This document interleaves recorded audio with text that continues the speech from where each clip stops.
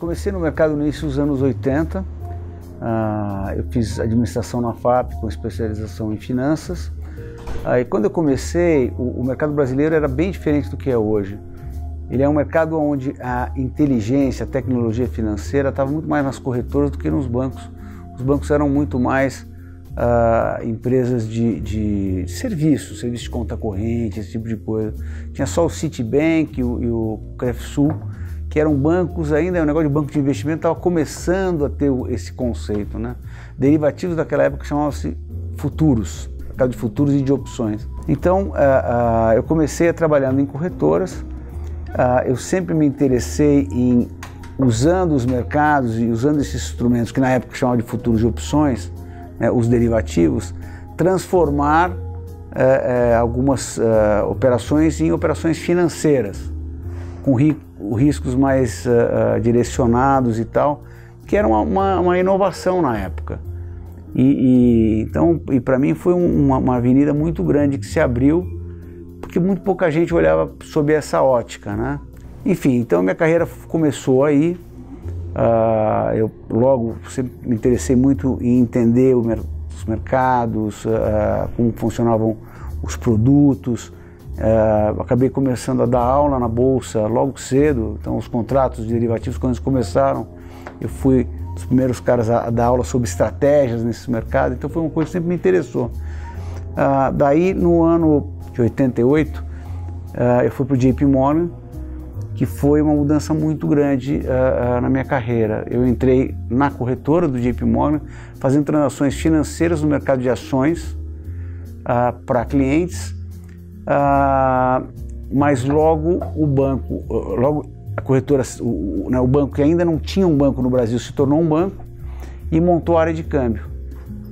E daí o mercado de ações e de commodities estava muito ruim, tinha tido o caso Narras, etc. E o mercado de câmbio estava começando ali e se transformou um enorme mercado, né, ao longo de muitos anos. Então acabou sendo você entrar no lugar certo na hora certa. As pessoas que entendiam do mercado de câmbio eram pessoas que entendiam de legislação cambial, e o mercado estava se transformando em um mercado efetivamente, que tinha volatilidade, que você podia tomar posições de risco, etc. E como eu já tinha esse conhecimento e não conhecia a legislação, quem conhecia a legislação não conhecia mercado, então eu não estava em desvantagem, pelo contrário, eu estava até numa certa vantagem. E depois, com o tempo, eu fui aprendendo, estudando a legislação, né? E foi um mercado que se desenvolveu muito. E com isso, a minha carreira acabou se desenvolvendo muito. Para dar uma ideia, naquela época, a nossa área, que é a área de câmbio, era mais ou menos, respondia por uns 80% do resultado do banco no Brasil, o que era uma coisa extraordinária, né? Depois eu tive uma passagem pelo Banco Nacional, fiquei um ano lá como responsável pela parte toda de head do banco, para clientes e para o banco, num momento em que o banco estava querendo virar um banco bom. Então levou um monte de gente do Citibank, de vários outros lugares, no meu caso eu estava vindo do JP Morgan. Então foi uma fase muito interessante. Era um banco maior, um banco de varejo, então eu entendi um pouco como é que funcionava, embora o banco fosse uma bagunça mega. Por isso que depois acharam uma fraude, né? Porque era tão bagunçado que acho que era fácil fazer uma fraude naquele ambiente, né? Mas eu fiquei um ano só lá e depois eu fui convidado para ir para o Banco BBA, para, na verdade, desenvolver a área de câmbio que quase não existia. Ela operava 1 ou 2 instrumentos só, e a essa altura o mercado já operava 6, 7 diferentes instrumentos cambiais, né, no Brasil.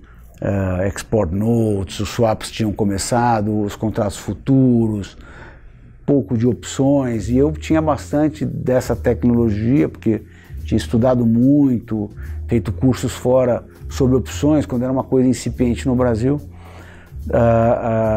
E daí foi um negócio extraordinário, porque o mercado estava se desenvolvendo, nós fomos muito bem. Eu entrei em 93 no Banco BBA, fiquei até 99. Em 94, que teve o Plano Real, nós triplicamos o patrimônio do banco só com as posições na minha área, que era na área de câmbio. Aí eu acabei me tornando o tesoureiro do banco e de 94 para frente nós tivemos também enfim, foi extraordinário esse período. E daí já como tesoureiro, então nós tínhamos a área de títulos do mercado internacional, principalmente brasileiros, mas de outros países também, o mercado de ações, né, posições no mercado de ações, toda a parte de curva de juros e renda fixa e moedas, né. Nós chegamos, enfim, naquela época nós éramos uma tesouraria muito relevante no Brasil. O banco pequeno foi crescendo, a gente acabou acumulando um resultado importante, o banco foi se tornando bastante relevante no Brasil. Até que em 99 eu fui convidado para ir para o Banco Central. Foi uma coisa absolutamente inesperada, porque eu tinha estado uma vez só com o Armínio Fraga, quando ele foi convidado. Estava lá um dia o Cândido, que era o meu chefe na época, o Cândido Bracher, que era um dos diretores do BBA e hoje presidente do Itaú. Ele falou: olha, o Armínio está me chamando para ir lá e quer que eu queria que você fosse comigo. Eu falei: tá bom, vamos lá e tal. Ele estava no Rio de Janeiro, o Armínio. Aí fomos pegar o avião, naquele lugarzinho que você toma um café antes de entrar no avião. O Cândido falou: olha, eu não me surpreenderia se ele te convidasse para ir trabalhar para o Banco Central. Pô, Cândido, você tá de sacanagem. Ele é um cara gozador e tal. Eu falei: pô, você tá brincando, não fala isso, o cara nem me conhece, pô. Bom, não é que nós chegamos lá, começamos a conversar e tal, e ele me perguntou. Eu levei um enorme susto, porque, de novo, para um cargo desse, uma função dessas, é de muita confiança. Então você tem que ter uma proximidade. A gente não tinha, a gente mal se conhecia, eu tinha estado com ele uma vez. E daí eu falei isso para ele, falei: olha, putz, eu fico super honrado, é um negócio realmente extraordinário, eu não tenho a menor intenção de sair do BBA, mas esse negócio para mim é uma coisa inusitada. Agora, você não me conhece, e eu não quero que você compre gato por lebre. Daí ele falou: é verdade, eu acho que você foi o candidato mais bem, vamos dizer, sugerido, indicado, mas o que eu menos conheço, então fica aqui hoje e vamos conversar. Aí a conversa foi um espetáculo. Aí fui para a casa da mãe dele, que ele nem casa no Brasil tinha ainda. Nós ficamos 2, 3 horas conversando, e no final ele já estava falando nós no Banco Central e tal, e enfim, a conversa foi muito boa. E daí eu consegui ainda pegar o último voo. E foi engraçado, porque eu cheguei para minha mulher e falei: putz, pode ser que eu seja convidado para o Banco Central. Ela falou: mas como assim? Você está tão bem? Você está bem no banco, você é sócio do banco, as coisas estão bem? Você é louco, olha a situação que está o Brasil. Aí eu pensei assim, falei: bom, então, justamente, porque como já está tudo complicado, não vão achar que fui eu o culpado. Pode ser até que a gente não consiga resolver, mas... E daí, enfim, no final, ela super topou. Conversei com o Fernando e o Beltrán, que eram o presidente e vice-presidente do BBA à época, que falaram: olha, vai embora, isso é super importante, se ele te convidar, é um negócio que vai ser transformacional na sua carreira. E, enfim, nós não queríamos te perder, mas para uma coisa desse tipo... E daí no final ele me ligou umas 4 da tarde daquele dia, então no dia seguinte, né, foi uma segunda, terça-feira, e falou: e aí, tá firme? Eu falei: vamos embora. E daí minha vida mudou completamente, né? Então eu fui para o Banco Central, fiquei 4 anos lá. Foi assim uma experiência extraordinária, porque tem várias coisas que são assim, muito diferentes. Primeiro que você está diante de um mundo, né? Uma instituição, você está num negócio pequeno, lá você é um mundo. Você está lidando com o Brasil inteiro, então é muito diferente. E eu cuidava de 3 áreas, né? Uma área que era o que a gente chama de área monetária, que cuidava emissão de títulos, a liquidez do sistema, mercado monetário de renda fixa. A área cambial, né, que era, enfim, todas as intervenções, a política cambial, etc. a gestão das reservas, que ficava no mesmo departamento dessa área cambial, que chama-se DEPIN, e a área bancária, que era a área de sistema de pagamentos, cuidava dos compulsórios, controlava isso tudo e tal. Então tinha muita coisa para fazer, né? Então, no início foi muito a gestão da própria crise, mas depois, quer dizer, desenvolver mercado. Então nós fizemos um desenvolvimento enorme do mercado. Todas as decisões de venda de títulos eram feitas no Banco Central. A gente, ao longo do tempo, foi passando para o Tesouro, que é onde tem que ficar mesmo, e o Banco Central, com a Lei de Responsabilidade Fiscal, não emitiu mais títulos. Então foi um processo assim super rico. Na gestão de reservas, a gente fez uma mudança enorme de gestão, terceirizando uma parte da gestão. O Brasil foi considerado um dos melhores países do mundo em gestão de reservas, de qualidade, com limites de risco. Assim, foi realmente um trabalho muito, muito legal. E o terceiro departamento, que foi o departamento bancário, a mudança do sistema de pagamentos, que foi, eu diria, uma revolução na infraestrutura do sistema financeiro, né? Com a criação da TED, a redução, uma enorme redução de risco sistêmico, e também foi um projeto de modernização das relações financeiras dentro do país inteiro, né? Então foi também um projeto muito legal. Eu acho que dessa fase que nós tivemos lá, talvez tenha sido o maior projeto que a gente tenha feito. Então, assim, foi uma riqueza. E é uma coisa que é diferente de você trabalhar numa entidade privada, porque você não está fazendo para você. Claro que eu sabia que aquilo ia mudar a minha vida, mas, porra, eu estava no Brasil. Então é meio que você trabalhar, você jogar numa seleção brasileira, né? Eu joguei a vida toda polo aquático. E, pô, ir para a seleção, embora o Brasil não seja meia bomba no polo, mas é um negócio extraordinário. E para mim representou muito isso. Então foi assim, foi muito legal. E daí ficamos muito próximos, todo o pessoal da equipe econômica sempre fomos muito próximos nesse período, né? Fiquei 4 anos lá. E daí no final, o Arminio e eu, a gente estava muito amigos, falou, pô, por que a gente não faz uma coisa juntos? E daí que veio a ideia da Gávea, e nós montamos então a Gávea em 2003, e foi engraçado porque ele saiu em janeiro, né? E eu fiz o processo de transição com o Henrique Meireles e tal, então eu saí em abril, e daí ele, pô, foi jogar golfe, ele ficou 3, 4 meses tranquilo. Quando eu saí do Banco Central, a gente, né, tinha definido que a gente ia montar a empresa, pô, eu não ia ficar esperando 4 meses, que era a minha quarentena, até começar. Então eu pedi para o comitê de ética, olha, deixa eu montar, eu não vou fazer nenhuma operação no mercado, eu só vou montar a empresa. Falou, pode fazer. Então eu não tive um dia de férias. E 2002 tinha sido um caos, então eu tava caindo aos pedaços, mas assim, era o projeto da minha vida, e foi muito legal e tal. E o Arminio tirou 4 meses de férias, né? E eu brincava com ele. E daí ficamos juntos quase 2 anos, quando no final o Arminio queria muito que as coisas da empresa ficassem muito no Rio, etc. E eu sou de São Paulo, meus filhos são daqui, enfim, eu vivo aqui.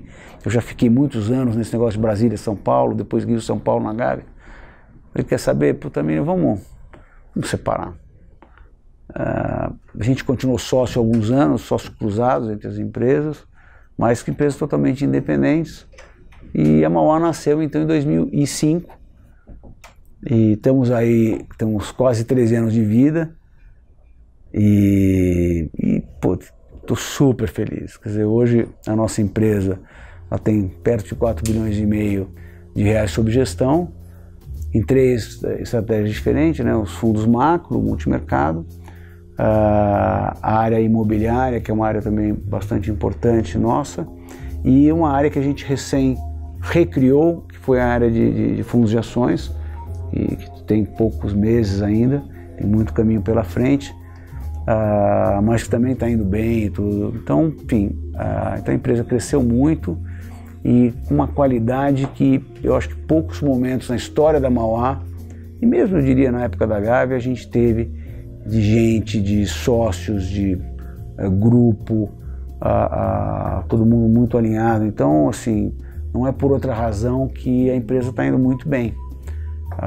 Os nossos fundos nos últimos 3 anos tiveram uma performance extraordinária, mas é muito porque a gente está com uma qualidade de gente muito boa, né? Isso acontece também na área imobiliária e agora recente na área de ações, né? Mas é um pouco aquela história, gente boa traz coisa boa, né? E isso eu acho que a Mauá hoje está muito bem aparelhada. O que é o nosso fundo macro, né? O Mauá Macro, ele é um fundo que tem o objetivo de gerar 5% acima do que o CDI, que for o CDI, né? Do que dá o CDI. Então, digamos, o CDI é 10%, tem que gerar pelo menos 5 a mais, ou seja, 15% ao ano. O CDI hoje está em 7,5%, né? Ou vai para 7%, digamos. Ele tem que gerar 5% acima disso. Esse é o objetivo do fundo. Atuando em vários mercados, mas focado mais em Brasil, tanto o mercado de juros, né, toda a curva de juros, o mercado de câmbio, que são, eu diria, o core do negócio do nosso fundo. Fazemos também operações no mercado de ações e moedas e juros de outros países, mas como riscos adicionais e não predominantes na carteira, né?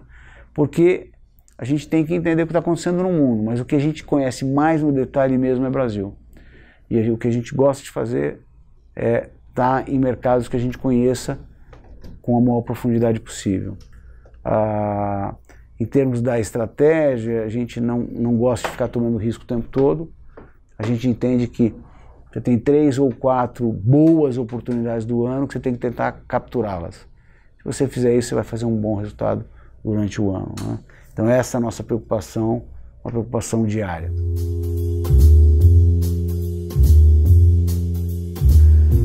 Então, por que a gente escolheu o nome da Mauá? É uma história assim interessante. Primeiro, o que quer dizer Mauá, né? Em Tupi-Guarani, Mauá quer dizer coisa elevada. E descobrir o nome para a empresa é muito difícil, né?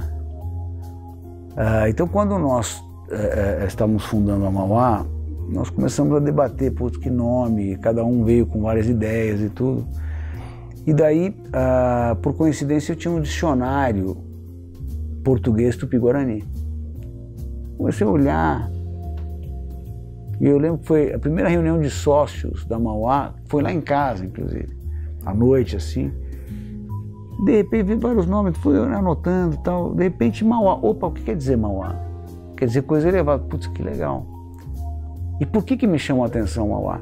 Porque, como eu trabalhei no BBA, né, agora Itaú BBA, na época, nós patrocinamos o livro do Jorge Caldeira, que é Mauá, né, que é sobre o Barão de Mauá, que foi disparado o maior empreendedor que o Brasil teve, inclusive até hoje. Disparado. Ele era assim, um dos caras mais ricos do mundo, mesmo sendo brasileiro. E é uma história super bacana. Uma história de conflitos, uma história de... no final, o Império brigou contra ele. E é uma história assim, muito bacana de empreendedorismo e de você ir buscar novos campos, novos desafios, etc. Então tinha tudo a ver, né? O significado, essa história... tinha tudo a ver, e foi até interessante porque por esse nome daí a gente ficou rezando para não ter, né, e a gente poder usar o nome. E depois o que nós fizemos foi, então vamos dar o livro ou o filme, né, que tem um filme do Barão de Mauá, para os nossos clientes. E daí nós compramos tantos livros e tantos, na época, DVDs, que o pessoal da distribuidora falou: vem cá, mas vocês estão comprando por quê? Não, porque o nosso nome é Mauá. Porque eles não entendiam, né? Como assim alguém compra tanto? Né? Então foi uma coisa muito legal. Então vinha um estrangeiro, por exemplo, você não adianta dar um livro em português para ele, então dava o DVD. Então foi bacana. Então, assim, o nome Mauá é um nome que tem um significado, né? Que é muito legal.